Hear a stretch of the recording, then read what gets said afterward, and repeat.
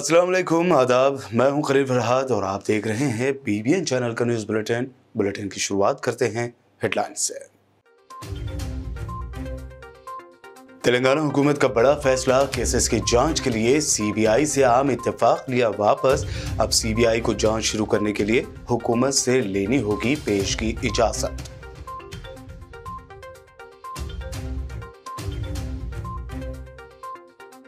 मुनुगुड़े में बीजेपी पर जमकर बरसे CM KCR। 100 करोड़ का ऑफर देने वाले चोरों का राज फाश करने वाले चारों लीडरों को करार दिया तेलंगाना के खुददार हीरोज।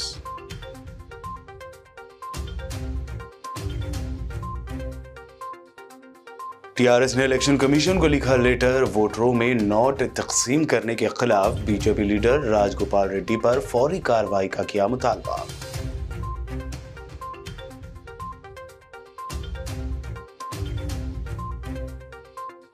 दिल्ली के डिप्टी CM मनीष सिसोदिया ने तेलंगाना ऑपरेशन लोटस पर दी जानकारी। कहा, MLAs को खरीदने के लिए सैकड़ों करोड़ रुपए आकर बीजेपी के पास आते कहां से हैं?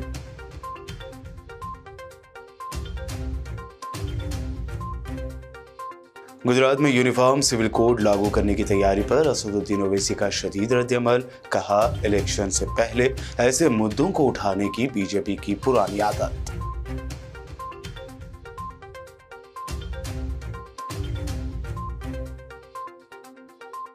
तेलंगाना में कांग्रेस की भारत जोड़ो यात्रा कामयाबी के साथ जारी। आज राहुल गांधी की बच्चों के साथ दौड़ लगाने की वीडियो सोशल मीडिया पर हुई वायरल। ये थी हेडलाइंस। बढ़ते हैं खबरों की तफसील की जानिब। तेलंगाना हुकूमत ने आज इतवार को बड़ा फैसला करते हुए कहा कि रियासत में केसेस की जांच के लिए सेंट्रल इन्वेस्टिगेशन ब्यूरो यानी CBI से आम इत्तेफाक वापस ले लिया है।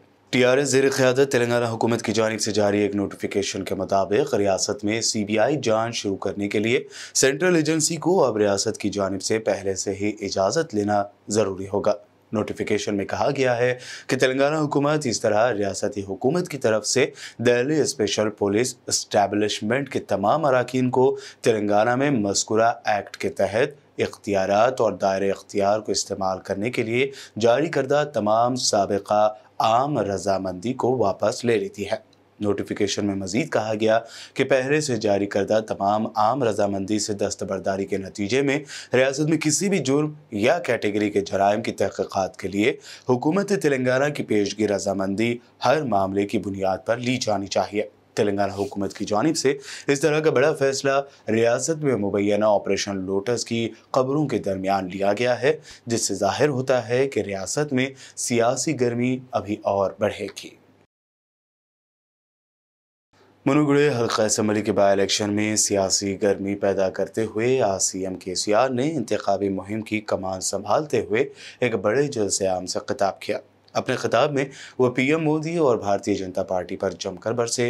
CM KCR ने तेलंगाना हुकूमत को गिराने की साजिशों को नाकाम बनाने वाले चोरों का पर्दाफाश करने पर MLAs पायलट रोहित रेड्डी, गोवाला बालाराजू, हर्षवर्धन रेड्डी और रीगा कांता राव को तेलंगाना के खुददार हीरोज करार दिया और अवामी इजलास में उनका तारुफ कराया। उन्होंने कहा कि 100 करोड़ का ऑफर देने के बावजूद 4 अरकान असम्बली ने उनके ऑफर को ठुकरा दिया। इस मौके पर उन्होंने कहा कि ये भी जो ऑडियो क्लिप्स जारी किए गए हैं वो तो सिर्फ एक ट्रेलर है, पूरी फिल्म अभी दिखाई जाएगी जिसके बाद दिल्ली में भूचाल आ जाएगा। KCR ने मजीद कहा कि नरेंद्र मोदी के अलावा किसी दीगर PM ने बुनकरों पर GST नहीं लगाया है। उन्होंने बुनकर समाज से अपने वोटों के जरिए बीजेपी को सबक सिखाने की अपील की। उन्होंने अवामी जलसे से खिताब करते हुए मुल्क में जमहूरियत को बचाने के लिए TRS और कम्युनिस्ट पार्टियों के साथ मिलकर जद्दोजहद जारी रखने के आज़्म का इजहार किया। साथ ही उन्होंने लोगों को अपने वोट का इस्तेमाल मोहतात तौर पर करने, झूठे वादों के बहकावे में ना आने और समाज की भलाई, मुल्क की तरक्की को यकीनी बनाने के लिए हथियार के तौर पर वोट का इस्तेमाल करने को कहा है। ఈ రోజు 75 ఏళ్ల స్వాతంత్రం తర్వాత ఒక్క తెలంగాణ రాష్ట్రంలో తప్ప మన స్టేట్లో తప్ప ఇండియాలో ఏ ఒక్క రాష్ట్రంలో కూడా 24 గంటల కరెంటు అన్ని వర్గాలకు ఇస్తలేరు. అంటే దేశంలో విద్యుత్ శక్తి అందుబాటులో ఉండి కూడా దేశం వంచించబడుతున్నది. దేనివల్ల? కేంద్రం అవలంబించేటువంటి దుర్మార్గపూరితమైనటువంటి కార్పొరేట్ల జేబులు నింపేటువంటి పెట్టుబడిదారులకు మోసపోయేటువంటి పెట్టుబడిదారుల ఖజానా నింపేటువంటి ప్రైవేటీకరణ అనే ఒక దుర్మార్గమైన పాలసీని కేంద్రం అవలంబిస్తుంది. కాబట్టి దేశ ప్రజానీకం మొత్తం కోటాను కోట్ల మంది వంచబడతా ఉన్నారు. ఇది ఎంతవరకు ధర్మం?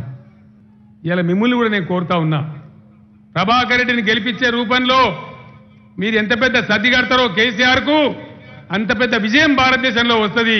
ఈ దేశమే బాగుపడుతుందని మనవి చేస్తా ఉన్నాం. రేపు కేసీఆర్ ఎంత పెద్దగా పెరిగినా బీఆర్ఎస్ పునాది రాయి మునుగోడే కాబోతుంది. కాబట్టి మునుగోడు నా గుండెల్లో పెట్టుకుంటానని మనవి చేస్తా ఉన్నా. మునుగోడులో ఓట్లు అడిగే ముందు దయచేసి బీజేపీ నాయకులు దీనికి సమాధానం చెప్పాలని నేను కోరుతా ఉన్నా. గమ్మత్ ఏంటంటే గాయి గత్తర గత్తర ఢిల్లీ నుంచి వచ్చిరి దొంగతనంగా ఎమ్మెల్యేలను కొనే ప్రయత్నం చేసిరి, దొరికిరి, ఇప్పుడు జైల్లోనే ఉండ్రి. ఎవడో కూడా వచ్చి తలమాసినోడు తడి బట్టలతో ప్రమాణం చేస్తావా? ఇంకోటి వచ్చి పొడి బట్టలతో ప్రమాణం చేస్తావా? గిది రాజకీయమా? దొరికిన దొంగలు జైల్లో ఉన్నారు. నేను ఎక్కువ మాట్లాడలేకపోతున్నాను, ఎందుకంటే నేను ఒక రాజ్యాంగబద్ధమైన ముఖ్యమంత్రి పదవిలో ఉన్నా. కేసు న్యాయస్థానాలలో ఉన్నది, రేపు తేల్తుంది. నేను మాట్లాడితే దాన్ని ప్రభావితం చేసిన అంటారు. అందుకే ఆ విషయం నేను ఎక్కువ చెప్తలేను. కానీ ఒక్క మాట మాత్రం చెప్తున్న సూచనప్రాయంగా, నిన్న మొన్న మీరు టీవీలలో చూసారు కదా, అది గింతే. కానీ దొరికిన దొంగ గింతున్నది. ఢిల్లీ పీఠమే దుమ్మురేగిపోయే పరిస్థితి ఉన్నది. రాబోయే రోజులలో అవన్నీ బయటపడతాయి. ఈ దుర్మార్గులను కూకటి వేలతో పీకేసి బంగాళాఖాతంలో ఇసిరేస్తే తప్ప ఈ భారతదేశానికి నివృత్తి లేదు, భారతదేశానికి నిష్కృతి లేదు. ఈ మతోన్మాదులు, పెట్టుబడిదారుల తొత్తులు, ఈ పిచ్చి వ్యక్తులు, అరాచకం సృష్టించే వ్యక్తులు ప్రజాస్వామికంగా గెలిచిన ప్రభుత్వాలను ఇష్టారాజ్యంగా కూలగొట్టేటువంటి దుర్మార్గులను తన్ని తరిమేయకపోతే, సాగనంపకపోతే దేశం బాగుపడదు. దయచేసి నేను మీ అందరినీ కోరుతా ఉన్నా, మునుగోడు బిడ్డల్ని మీ బిడ్డగా, తెలంగాణ బిడ్డగా, మీ ప్రాజెక్టు కంప్లీట్ చేసే బాధ్యత నాది, చెండూరు డివిజన్ చేసే బాధ్యత నాది, మీకు 100 బెడ్ హాస్పిటల్ ఇచ్చే బాధ్యత నాది, మీ రోడ్లన్నీ బాగు చేసే బాధ్యత నాది. అవి చిన్న పనులు, పెద్ద కాని కోరికలు కావు. మీకు వెంటనే ఫలితాలు కూడా కనపడతాయి. కాబట్టి దయచేసి మంచి సామాన్యమైన వ్యక్తిగా, ప్రజల మధ్య ఉండే వ్యక్తిగా, ప్రజల వ్యక్తిగా ఉన్నటువంటి ప్రభాకర్ రెడ్డి గారిని గెలిపించాలని, వారి కారు గుర్తు మీద ఓటేయాలని మీ అందరినీ కూడా ప్రార్థిస్తూ, ఇంత పెద్ద సంఖ్యలో వచ్చి ఈ కార్యక్రమాన్ని విజయవంతం చేసినటువంటి మీ అందరికీ కూడా పేరు పేరున నేను ధన్యవాదాలు చెప్తూ నేను సెలవు తీసుకుంటా ఉన్నా. జై తెలంగాణ, చల్లబడ్డరేందే, జై తెలంగాణ. मुनुगुडे बाई इलेक्शन से पहले टीआरएस ने हफ्ते को इलेक्शन कमीशन से शिकायत दर्ज करते हुए इल्जाम लगाया कि बीजेपी के लीडर राजगोपाल रेड्डी ने वोटरों को पैसे बांटने के लिए बैंक अकाउंट्स में गैर कानूनी तौर पर पैसे जमा किए हैं। टीआरएस ने इलेक्शन कमीशन को लिखे गए लेटर में लिखा, मुनुगुडे कॉन्स्टिट्यूंसी में वोटरों को नोट तकसीम करने के लिए पार्टी के मुख्तलिफ अफराद और लीडरों, फर्मों और कंपनियों के जरिए बीजेपी के उम्मीदवार राजगोपाल रेड्डी की जानिब से पैसे गैर कानूनी तरीके से ट्रांसफर किए गए। इस लेटर में सभी अकाउंट को सीज करने समेत फौरी कार्रवाई करने की अपील की गई है। TRS general secretary Soma Bharat Kumar ने इलेक्शन कमीशन से इस शिकायत पर फौरी कार्रवाई करने के लिए कहा है। दिल्ली के डिप्टी सीएम मनीष सिसोदिया ने प्रेस कॉन्फ्रेंस करते हुए तेलंगाना में होने वाले ऑपरेशन लोटस के बारे में जानकारी दी और बताया कि कैसे टीआरएस के एमएलएस को खरीदकर उन्हें पोस्ट देने, पैसा देने और सीबीआई व इनकम टैक्स से हिफाजत करने की बात कही जा रही है।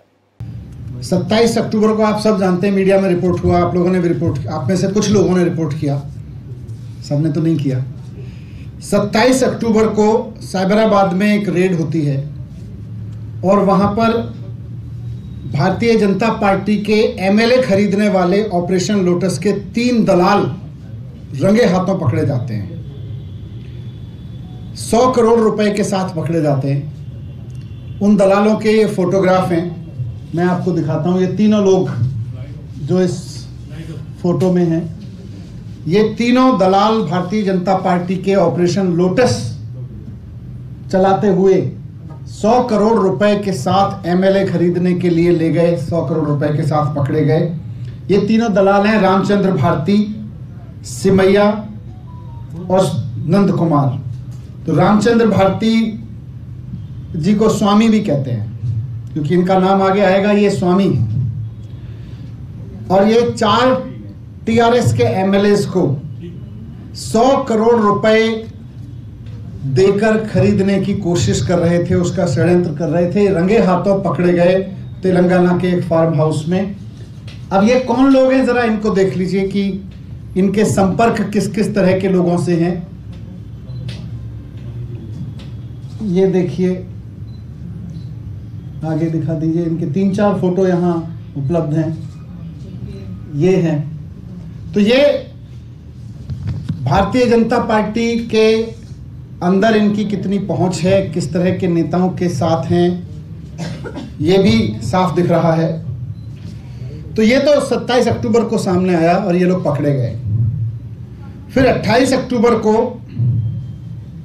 इनके पूरे ऑडियो सामने आए कि किस तरह से ये लोग, और इनमें विशेषकर रामचंद्र भारती यानी स्वामी जी, टीआरएस के एमएलएस के साथ बात करके उनको पोच करने की और एमएलएस लाने की पूरी साजिश रच रहे थे। किस तरह से ये ऑफर कर रहे थे कि आप और एमएलएस लेके आओ, पैसा भी देंगे, पोस्ट भी देंगे, गाड़ी घोड़ा गाड़ी सिक्योरिटी भी देंगे। सारी बातचीत है, 14 मिनट की बातचीत सामने आई थी 28 तारीख को इनकी। और उसमें चौंकाने वाली चीज ये थी कि जो दलाल है एमएलए खरीदने वाला भारतीय जनता पार्टी का, वो साफ साफ खुलेआम उस एमएलए को कह रहा था कि बीएल संतोष जी से पहले आप आओ, पैसे देंगे, नाम बताओ एमएलए के साथ लेके आओ, पैसे देंगे, सिक्योरिटी देंगे, घोड़ा गाड़ी देंगे और बीएल संतोष जी से और नंबर 2 से मिलवाएंगे। उसके बाद फिर आपकी डील फाइनल होगी। और बीएल संतोष जी तो सब जानते हैं, नंबर 2 को बाद में वही दलाल आगे क्लैरिफाई करता है, अमित शाह जी, देश के गृह मंत्री, वो आगे जाके क्लैरिफाई करता है उस ऑडियो में। और साथ साथ ये भी कहता है कि इसके बाद सीबीआई और ईडी दोनों की चिंता मत करना, उसको हम देख लेंगे, हम इसी तरह से करते हैं, जो हमारे साथ आता है वो हम उसको फिर सीबीआई और ईडी से कुछ नहीं होने देते हैं। आपको याद होगा थोड़े दिन पहले आम आदमी पार्टी के एमएलएज ने मिलकर पूरा इसका भांडा फोड़ा था कि किस तरह से उनको बीजेपी के दलाल आके ऑफर दे रहे थे और उनको अरविंद केजरीवाल जी का पार्टी का साथ तोड़ने की कर रहे थे। मेरे साथ भी कोशिश की थी। और सेम वे आज वही दलाल, उसी तरह के दलाल ऑडियो में कह रहे हैं कि we are operating in Delhi also in same way. सवाल यह है कि इन सेम वे मतलब 43 एमएलए खरीदने के लिए आप वहां पे 4 एमएलए खरीदने के लिए 25-25 करोड़ दे रहे हो। 43 एमएलए खरीदने के लिए आपने 1075 करोड़ रुपए अरेंज कर रखा है। ये 1000 करोड़ रुपए, 1075 करोड़ रुपए किसका है, कहां से आया, कहां है? बुलेटिन में वक्त हुआ है एक शॉर्ट ब्रेक का। जल्द लौटेंगे और देखेंगे मजीद अहम खबरें।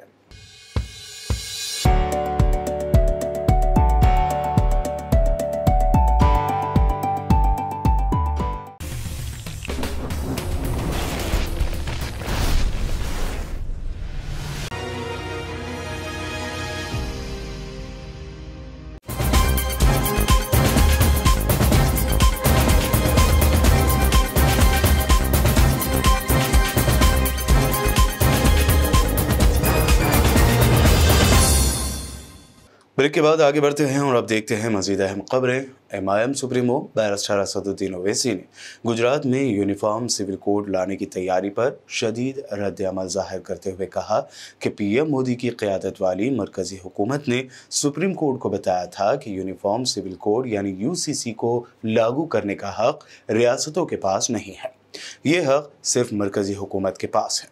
उन्होंने कहा कि बाबा साहब अम्बेडकर ने कहा था कि यकसा सिविल कोड लाजमी नहीं, इख्तियारी होनी चाहिए। वोट पाने के लिए इलेक्शन से पहले ऐसे मुद्दों को उठाने की बीजेपी की पुरानी आदत है। असदुद्दीन ओवैसी ने कहा कि बीजेपी चुनावी फायदे के लिए हिंदुत्व के एजेंडे के साथ आगे बढ़ना चाहती है। गुजरात दौरे पर पहुंचे मजलिस इत्तेहादुल मुस्लिमीन के सदर बैरिस्टर असदुद्दीन ओवैसी ने मुख्तलिफ स्कूलों से ताल्लुक़ रखने वाले इस्लामिक स्कॉलर के सवालों के जवाब दिए। उनमें बिल्किस बानो मुसलमानों की तालीम व दीगर मसाइल पर भी जवाब दिए। तीसरी बात यह है कि अभी हालिया दिनों में गुजरात में चंद मुस्लिम नौजवानों को पत्थर फेंकने के आरोप में, जुर्म में रोड पर लाकर पुलिस ने उनको पूरे मजमे को जमा करके उनको सरेआम उनकी पिटाई की। कौन सी पार्टी ने उसकी मुखालिफत की, आप बताइए। और मेरी दलील को और आपके सामने रख रहा हूं आपको समझने के लिए। बिल्किस बानो का पूरा आपके सामने है, कोई नहीं बोलता, तो सब ये बोलते हैं भाई ये मुद्दा मुसलमानों का है। मुद्दा मुसलमानों का नहीं है। बिल्किस बानो का उन बच्चों को सरेआम पीटना, यूएपीए का कानून पास करना, ये देश का मसला है, ये गुजरात का मसला है, ये एक आम आदमी का मसला है। इसको इस तरह से पेश कर दिए। और आखिरी बात यह है कि आज हमारे वतन अजीज की सियासत की एक और तरीक़त यह है कि जितने जो अपने आप को सेकुलर बोलते हो, सेकुलर नहीं है, वो सेकुलर पार्टी और उनके नेताओं में एक कंपटीशन हो चुका है कि हम नरेंद्र मोदी से ज्यादा हिंदुत्व की आइडियोलॉजी पर चलते हैं। यह हकीकत है। इसीलिए हम आपसे अपील कर रहे हैं कि आप इस चुनाव में, इस इंतखाबात में आप सोच समझकर अच्छा फैसला करिए। और आखिरी बात कि आपके सवाल में था कि 9%, उतनी ही करीब 10% या 11% के करीब तेलंगाना में हमारे आबादी है। 7 एमएलए हमारे 7 एमएलए हमारे पार्टी के। हम कोई मंत्री नहीं बने ना कभी। जब तक अल्लाह मुझे मजलिस का सदर रखेगा हम लोग गवर्नमेंट में नहीं जाएंगे, हम मंत्री नहीं बनेंगे। हमारे चीफ मिनिस्टर ने हमसे कहा भी था, हमने हाथ जोड़ के बोले कि हमको मंत्री बनना नहीं है, आप हमारे काम कराओ। हैदराबाद में डिप्टी मेयर देते, हमको बोले कि आप पेशकश किए। मैंने कहा कि हमको डिप्टी मेयर भी नहीं चाहिए, हमको काम कराओ। तो कामों की एक लंबी लिस्ट है। सिर्फ आपको समझाने के लिए बता रहा हूं कि आप भी इस बात को जानते हैं कि भारत में मुसलमानों का एक बहुत बड़ा मसला तालीम का है। और तालीम से महरूम मुसलमान इसलिए भी है क्योंकि हमारे पास इतनी माशी ताकत नहीं है, इतना पैसा नहीं है कि हम पहली जमात से 10वीं जमात तक अपनी औलाद को एक साथ पढ़ा सकें। भारत जोड़ो यात्रा तेलंगाना में कामयाबी के साथ जारी है। ऐसे में राहुल गांधी के मुख्तलिफ अवतार नजर आ रहे हैं। आज उनका बच्चों के साथ दौड़ लगाने का एक वीडियो काफी वायरल हो रहा है। राहुल गांधी की भारत जोड़ो यात्रा चौथे दिन का जिले महबूबनगर के धर्मापुर से आगाज हुआ। उनके साथ टीपीसीसी के सुदूर Revanth Reddy, M Tagore, CLP leader Bhatti Vikramarka, G Reddy, Mallu Ravi, Ram Mohan Reddy, Uttam Kumar Reddy, मधुयाक्षी, वंशी चंद्र रेड्डी, महेश कुमार गौड़, पद्मावती रेड्डी, श्रावण कुमार रेड्डी, अनिरुद्ध रेड्डी ने भी इस पदयात्रा में शिरकत की।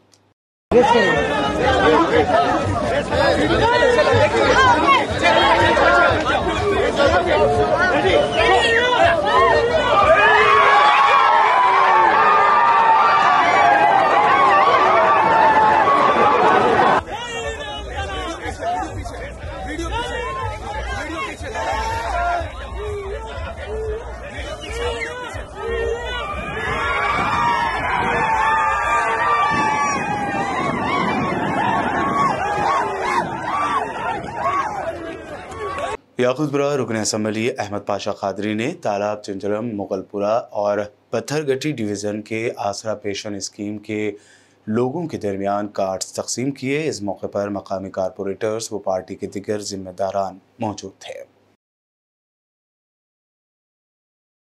कोहिर मंडल के मौजा मनियारपल्ली से ताल्लुक़ रखने वाले वार्ड मेंबर अकरम शाह ने ज़हीराबाद एमएलए कोंटी मानिकराव को फ़ोन करके उनसे दरख्वास्त की कि अगर वो फौरी ज़हीराबाद के एमएलए के ओहदे से इस्तीफ़ा दे दें तो ज़हीराबाद हल्का भी तरक्की की राहों पर गामज़न होगा। एमएलए के साथ बातचीत का ये ऑडियो सोशल मीडिया पर खूब वायरल हो रहा है। हेलो हेलो हेलो नमस्कारम सर। नमस्कार। माइंग्रो सर बात कर रहे सर। आप कौन है? मैं मनार गली से वार्ड मेंबर बात कर रहा हूँ सर, अकरम शाह। कौन सा? वार्ड मेंबर अकरम शाह बात कर रहा हूँ सर। वार्ड मेंबर अकरम? हाँ सर। वार्ड मेंबर अकरम वार्ड मेंबर है आपको? जी सर। कहाँ से? मनारपल्ली से सर। मन्नारपल्ली से? जी सर। हाँ बोलिए। सर कैसा है सर मुनगुण में इलेक्शन सर? चल रहा है ऐसी। अच्छा है सर। हाँ सर एक क्या? छोटा बात सर, कुछ भी आप सॉरी कुछ भी ना को समझो सर। हम्म, सर आप भी जरा राजीनामा करो, को आप फिर भी इलेक्शन लड़े तो हमारा भी फायदा होता था सर। हाँ? आप भी राजीनामा करके फिर भी आप फिर इलेक्शन लड़े तो हम्म, हमारा जरावत कॉन्स्टिट्यूंसी का थोड़ा ठीक है पूछें का मैंने केटीआर से पूछ के। डेवलपमेंट हाँ होता था सर। अब ठीक है मुनगुण में मस्त केटीआर से। फायदा हो क्या रहा नाम है? सर। क्या नाम है तुम्हारा? मोहम्मद अकरम शाह सर। तुम बोले सुनना क्या? नहीं सर। केसीआर से बोले सुनना। अब वो तो है सर, आपके हाँ कौन बड़े हैं उनका सुना, लेकिन सर सुन सर रख दो। जिला कामारेड्डी के बांसवाड़ा टाउन में दिन ब दिन बढ़ती ट्रैफिक के पेश नज़र मखसूस मकामात पर ट्रैफिक सिग्नल्स लगाए जाएंगे। इस बात को यकीनी बनाने के लिए बांसवाड़ा डीएसपी जगन्नाथ रेड्डी सोसाइटी के सदर कृष्णा रेड्डी ने सर्वे भी किया। सर्वे के बाद बताया जा रहा है कि बीसी हॉस्टल, पुराना हफ्ता बाजार व दीगर मकामात पर ट्रैफिक सिग्नल्स लगाए जाएंगे। डीएसपी जगन्नाथ रेड्डी और सोसाइटी के सदर कृष्णा रेड्डी ने मीडिया से बात करते हुए इस बारे में मजीद जानकारी दी। బాన్స్వాడ పట్టణంలో గత కొన్ని నెలలుగా ఈ ట్రాఫిక్ యొక్క సమస్య పెరగడము, ట్రాఫిక్ చౌరస్తాల్లో ట్రాఫిక్ ఆగడము, కంజెషన్ ఉండడం వల్ల మన ఇక్కడ 4 పాయింట్లలో మొత్తము ట్రాఫిక్ సిగ్నల్స్ ఏర్పాటు చేయడానికి మన స్పీకర్ గారు చొరవతోని ఇక్కడ బీసీ హాస్టల్ నుంచి ఇక్కడ మన మున్సిపల్ ఆఫీసు, ఇక్కడ ఎంఆర్ఓ ఆఫీస్ వరకు ఉన్నటువంటి 4 ప్లేసులను, ప్రాంతాలను సెలెక్ట్ చేయడం జరిగింది. అంబేద్కర్ చౌరస్తా మధ్యలో, తాటికోల్ చౌరస్తా, ఇంటిగ్రేటెడ్ మార్కెట్, 4 ప్లేసుల్లో ట్రాఫిక్ సిగ్నల్స్ ఏర్పాటు చేయడానికి ప్రయత్నం జరుగుతుంది. మన సారు స్పీకర్ సార్ యొక్క చొరవతో ఫండింగ్తో ఏర్పాటు చేయడానికి సర్వే లాగా చేస్తున్నాము. ఫర్దర్ నేటి రోజున స్పీకర్ గారి ఆదేశానుసారం హైదరాబాద్ నుంచి సిగ్నల్స్ ట్రాఫిక్ ఏజెన్సీ వారు ఇక్కడ ఎక్కడెక్కడ అవసరం పడుతుందో చూడడానికి వచ్చారు భాస్కర్ గారు. వారితో పాటు మా బాన్స్వాడ సిఐ గారు, డిఎస్పీ గారు కూడా ఇన్స్పెక్షన్ చేశారు. ఒకటి బీచ్ హాస్టల్ దగ్గర, ఒకటి రెండోదేమో అంబేద్కర్ చౌరస్తా, మూడోదేమో తాటికోల్ చౌరస్తా, నాలుగోదేమో ఇంటిగ్రేటెడ్ మార్కెట్, పాత వీక్లీ మార్కెట్ దగ్గర ఈ 4 పాయింట్లను సెలెక్షన్ చేయడం జరిగింది. దీనికి ఎంతైతే ఎస్టిమేట్ అవుతుందో ఆ ఎస్టిమేట్ చెప్పండి అని చెప్పి సారు స్పీకర్ గారు ఆదేశించారు. భాస్కర్ గారిని దాదాపు 20 నుంచి 25 లక్షలు అయితే అని చెప్పి అప్రాక్సిమేట్లీ వాళ్ళు చెప్పడం జరిగింది. ఈ నివేదికను స్పీకర్ గారికి మేము సమర్పించి త్వరలోనే ఫండ్స్ కేటాయించాలని చెప్పి కోరుతాం. బాన్స్వాడ పట్టణ ప్రజల తరఫున స్పీకర్ గారే తోలించారు కాబట్టి తప్పకుండా ఈ 20-25 లక్షలకు అనుమతిస్తే ఈ 4 జాగాల్లో ట్రాఫిక్ సిగ్నల్స్ ఏర్పాటు చేసి బాన్స్వాడ పట్టణ ప్రజలకు సౌకర్యం కలిగించినందుకు స్పీకర్ గారికి నేను ప్రత్యేకంగా ధన్యవాదాలు తెలియజేస్తాను. विकाराबाद जिले में मौजूद एक रिजॉर्ट में हैदराबाद से आए हुए चंद अफराद की टीम में शामिल एक नौजवान की एडवेंचर गेम खेलने के दौरान बावली में गर्क हो जाने से मौत वाक़ हो गई। धारूर मंडल के गोदम्मागुड़ा में मौजूद एक एडवेंचर क्लब में कल हफ्ते की शाम देर गए यह हादसा पेश आया। इतलात के मुताबिक सिकंदराबाद से कल एक टीम कैंप की गर्ज से रिजॉर्ट पहुंची थी। इस टीम ने किसी शय को छुपाने के बाद तलाश करने और दीगर एडवेंचर गेम्स में हिस्सा लिया। इस टीम का साथी साई, जो कि सॉफ्टवेयर इंजीनियर बताया गया है, छुपाई हुई चीज़ को तलाश करने की गर्ज से रिजॉर्ट में मौजूद बावली में वो कूद गया।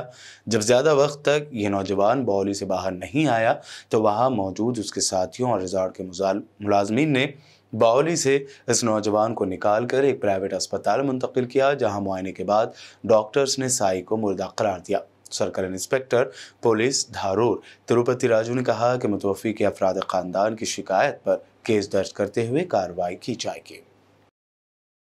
నిన్న 29వ తారీఖు ఈ నెల దారూర్ మండల్ వికారాబాద్ జిల్లా దారూర్ మండల్ గోధుమగూడ అనే విలేజ్లో ఒకటి హైదరాబాద్ అడ్వెంచర్ క్లబ్ కి సంబంధించిన వాళ్ళ ల్యాండ్ ఇక్కడ ఉంది. వాళ్ళు కొంతమంది పార్టిసిపెంట్స్ని పిలిపించుకొని గేమ్స్ ఆడిపించారు. ఆ గేమ్స్లో భాగంగా ఈ ఒక అబ్బాయి సాయి అని హైదరాబాద్ రెసిడెంట్స్, అతను సికింద్రాబాద్లో ఉంటాడు. ఆయన కూడా వన్ ఆఫ్ ద పార్టిసిపెంట్. ఆ బావి దగ్గరకు వచ్చేసి ఆ బావిలో దూకిండు. ఎందుకు దూకిండు, ఏ పరిస్థితుల్లో దూకిండు, అక్కడ అసలు ఏం గేమ్ అనేది మేము ఇన్వెస్టిగేషన్లో తేలాల్సి వస్తుంది. అయితే అది తెలుసుకున్న ఈ ఫైర్ సిబ్బంది, పోలీసు, ఇక మిగతా వాళ్ళందరం అక్కడికి వెళ్ళాము. కొంచెం సేపటికి అతను ట్రేస్ అవుట్ అయ్యాడు. కొన ప్రాణం ఏమైనా ఉందేమో అనుకొని అతన్ని వికారాబాద్ ప్రభుత్వ ఆసుపత్రికి తరలించినాము. అయితే ఇక్కడ తెచ్చిన తర్వాత మళ్ళీ ఇక్కడ నుంచి ఒక ప్రైవేట్ హాస్పిటల్కి కూడా తీసుకొని వెళ్ళడం జరిగింది. అక్కడ చనిపోయినట్టు ఓవరాల్గా చెప్తే మళ్ళీ ఇక్కడికి వికారాబాద్ గవర్నమెంట్ హాస్పిటల్కి తీసుకొని వచ్చినాం. దీని విషయంలో వాళ్ళతో చనిపోయిన అతని తరఫు నుంచి దరఖాస్తు తీసుకొని మేము కేసు రిజిస్టర్ చేస్తాం. कोड़ंगल म्यूनसिपलिटी जिले विकाराबाद एससी कॉलोनी के रिहायशी 10 साला रजा खान वल्द अफरोज खान कल 29 अक्टूबर से लापता है। लवाहिकीन मासूम रजा को ढूंढने की हर मुमकिन कोशिश कर रहे हैं, ताहम बच्चा अभी तक दस्तयाब नहीं हुआ है। पुलिस भी सरगर्मी से बच्चे की तलाश कर रही है। इस दरमियान लापता रजा के बारे में इत्तला देने वालों के लिए अफराद खानदान ने इनाम का ऐलान करते हुए कहा कि अगर कहीं ये लड़का दिखाई दिया तो दिए गए नंबर पर कॉन्टैक्ट करें। मेरा भतीजा रजा खान जो है सो कल 3 बजे से लापता है। जिसको भी कहीं भी इत्तला मिले तो साहब मेहरबानी करके हमारे को इत्तला दीजिए।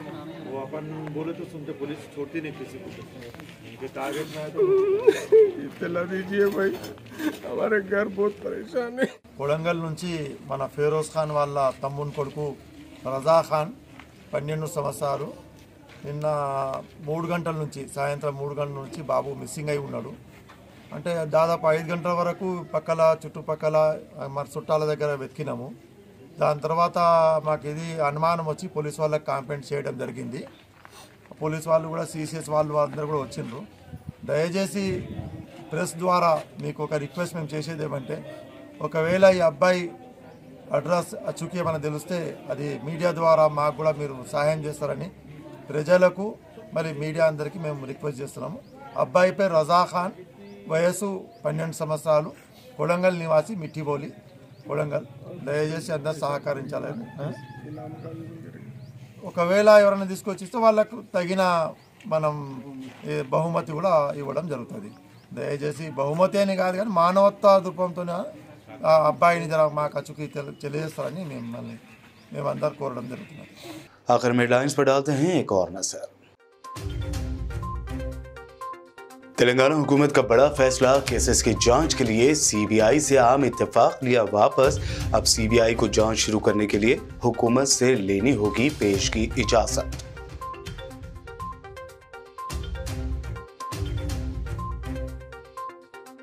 मुनुगड़े में बीजेपी पर जमकर बरसे सीएम केसीआर। 100 करोड़ का ऑफर देने वाले चोरों का राज फाश करने वाले 4 लीडरों को करार दिया तेलंगाना के खुददार हीरोज।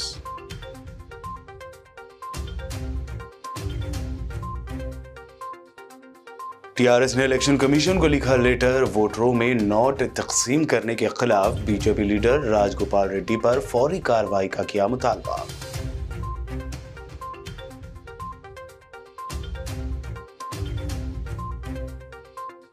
दिल्ली के डिप्टी सीएम मनीष सिसोदिया ने तेलंगाना ऑपरेशन लोटस पर दी जानकारी। कहा, एमएलएज को खरीदने के लिए सैकड़ों करोड़ रुपए आकर बीजेपी के पास आते कहां से हैं?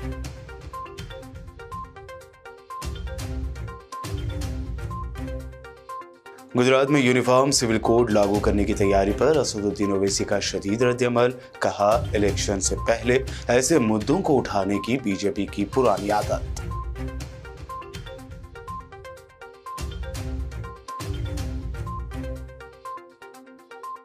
तेलंगाना में कांग्रेस की भारत जोड़ो यात्रा कामयाबी के साथ जारी। आज राहुल गांधी की बच्चों के साथ दौड़ लगाने की वीडियो सोशल मीडिया पर हुई वायरल। ये थी आज दिन भर की अहम खबरें। मज़ीद दिलचस्प प्रोग्राम्स के लिए देखते रहिए बीबीएन चैनल। बीबीएन चैनल के व्यूअर्स के लिए एक अहम इत्तला, अब बीबीएन चैनल का टेलीकास्ट भारत भर में हो रहा है।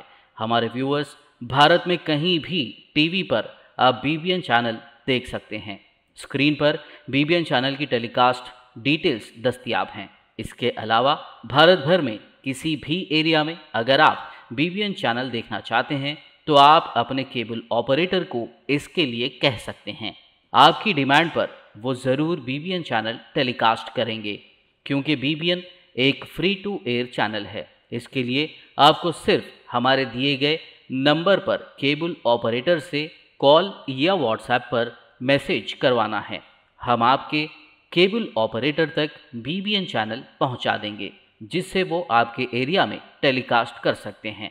इसके लिए चैनल की हमारी पूरी टीम लगातार काम कर रही है ताकि आप तक BBN चैनल को पहुंचाया जाए। इसके अलावा BBN चैनल को भारत भर में रिपोर्टर्स की ज़रूरत है।